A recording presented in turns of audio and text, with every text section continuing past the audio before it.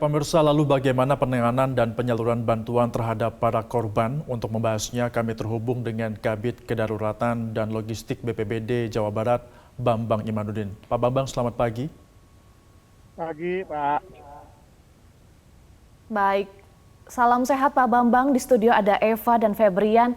Pak Bambang, kalau tadi ada laporan rekan kami di lapangan tim Metro TV menyatakan bahwa masih ada warga yang belum terima bantuan, artinya bantuan belum merata, Pak. Apa sebetulnya kendalanya Pak Bambang di lapangan? Ya, terima kasih Eva dan Febria. Selamat pagi. Ya, sesuai arahan dari Kepala BNPB betul tadi bahwa yang namanya bantuan itu kami tampung dulu dan registrasi sebaiknya begitu Bu, registrasi di posko utama kita, pos komando kita yang ada di Pendopo. Nah, ini ditampung di Balarea, di gudang Balarea di Cianjur juga. Nah ini juga nanti pihak dari desa ataupun kecamatan ini mengambil logistik yang ada di gudang posko. Saya kira itu Bu.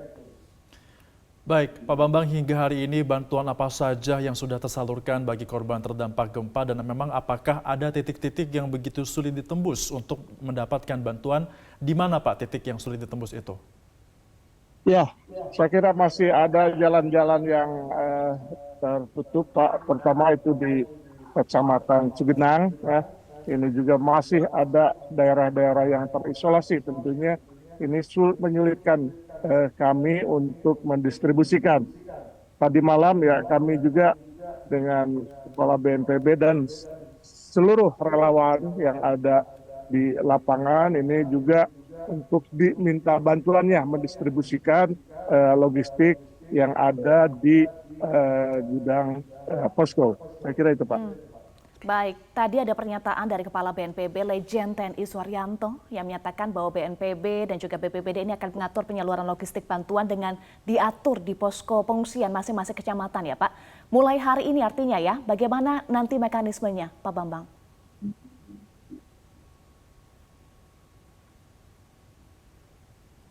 Pak Bambang? Pak Bambang, mohon audionya untuk di-unmute Pak Bambang.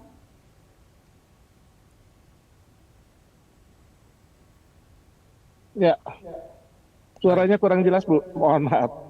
Baik, Pak Bambang, pernyataan dari Kepala BNPB Lejen TNI Suharyanto menyatakan bahwa BNPB dan juga BPBD tentunya akan mengatur penyaluran logistik bantuan dengan diatur di posko pengungsian masing-masing kecamatan. Dan artinya mulai hari ini ya Pak, mekanismenya bagaimana nanti?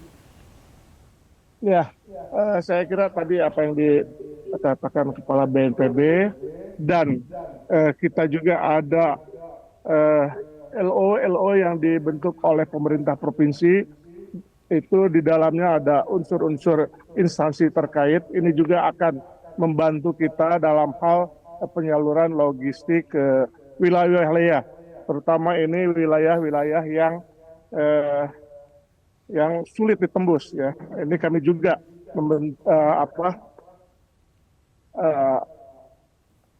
bantuan juga dari relawan-relawan TNI Polri Bu untuk menembus wilayah-wilayah yang masih sulit ditembus oleh baik roda 2 maupun roda 4. Saya kira itu Bu. Baik Pak Bambang, hari ini merupakan hari keempat pasca gempa di Cianjur. Dan hari ini apa saja yang akan dilakukan BPBD? Bagaimana fokus yang akan dilakukan? Apakah nanti akan melanjutkan pencarian korban atau akan fokus pada pemberian bantuan pada korban?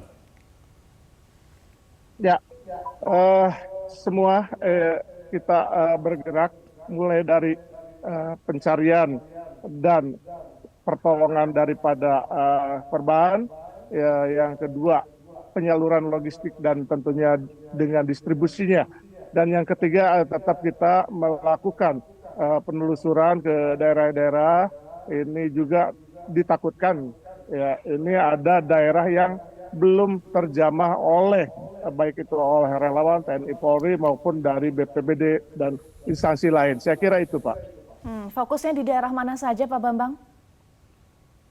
Ya, fokus kita sebenarnya ini ada di 15 kecamatan, tapi kami fokuskan ini ada di yang paling fokus dan yang paling berat dan yang paling banyak. Saya kira ini korban itu kita fokuskan di Kecamatan Cugenang, ada juga di Warung Kondang, Cipaku, Pacet, ya. Itu kami fokus yang lebih banyak memakan korban ada di wilayah tersebut, kecamatan tersebut. Baik, Pak Bambang, gempa susulan masih kerap dirasakan oleh warga hingga kemarin, bahkan rekan kami juga sempat merasakan langsung pada saat melaporkan kepada kami. Lalu mitigasi bagaimana yang BPBD siapkan untuk dapat mengantisipasi korban jika terjadi gempa susulan nantinya? Iya, saya kira ya betul Pak, ini kita sampai saat ini gempa susulan udah sampai 176 Pak. Ya, 176 kali ya kita menghimbau juga pada masyarakat, terutama ini daerah-daerah yang rawan longsor, kita himbau juga, dan mereka saya kira masyarakat sudah sangat paham, ya. Apalagi kondisi rumah yang sudah mengalami retak Pak.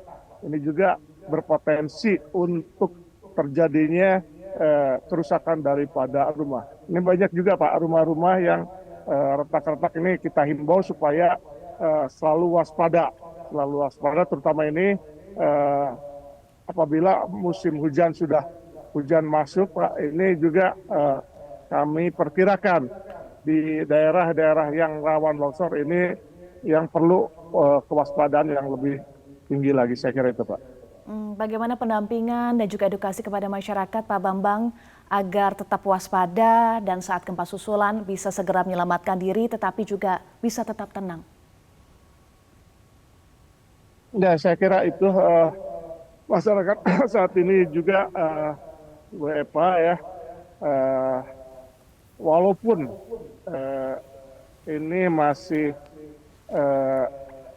kecil-kecil gempanya, tapi ini kewaspadaan daripada masyarakat, terutama tadi yang saya katakan di lokasi-lokasi yang rawan longsor dan rumah yang sudah mengalami retak-retak, ini kami himbau selalu waspada dengan terjadinya gempa-gempa susulan. Baik, Pak Bambang, terkait dengan tenda, masih ada tadi laporan rekan kami tenda yang belum sesuai dengan standar dan ini tentu sangat tidak nyaman ya Pak, apalagi kalau hujan. Nah, bagaimana dari BPBD Jawa Barat juga memastikan distribusi segera didirikan tenda-tenda yang sesuai dengan standar dan juga bantuan-bantuan lain seperti yang paling dibutuhkan adalah selimut, kemudian kebutuhan untuk anak-anak dan juga balita. Bagaimana Pak untuk hari ini di hari keempat?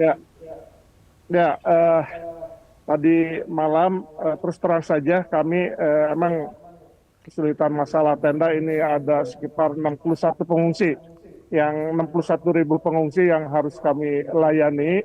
Ya, ini permohonan maaf ya, kami mengutamakan tentunya ini yang cukup prioritas dalam penanganan untuk pemberian bantuan tenda-tenda pengungsi. Tadi malam Pak Kepala BNPB juga mengumumkan bahwa beliau akan membantu sekitar 200 tenda, ya mudah-mudahan ini segera terrealisasi. Dan juga kami tadi malam juga kami dari perusahaan-perusahaan ada sekitar masuk juga 100 terpal yang masuk ke posko kami. Nah, ini mudah-mudahan bisa membantu masyarakat untuk perlindungan, terutama ini yang membutuhkan tenda-tenda. Baik, tentunya kita harapkan agar bantuan dapat segera terrealisasikan dan juga tenda-tenda dapat segera didirikan, mengingat itu merupakan hal yang paling dibutuhkan oleh masyarakat dan juga korban saat ini. Terima kasih Kabid Kedaruratan dan Logistik BPBD Jawa Barat, Bambang Imanuddin, sudah bergabung bersama kami dalam Metro Pagi Prime Time. Salam sehat selalu, Pak Bambang.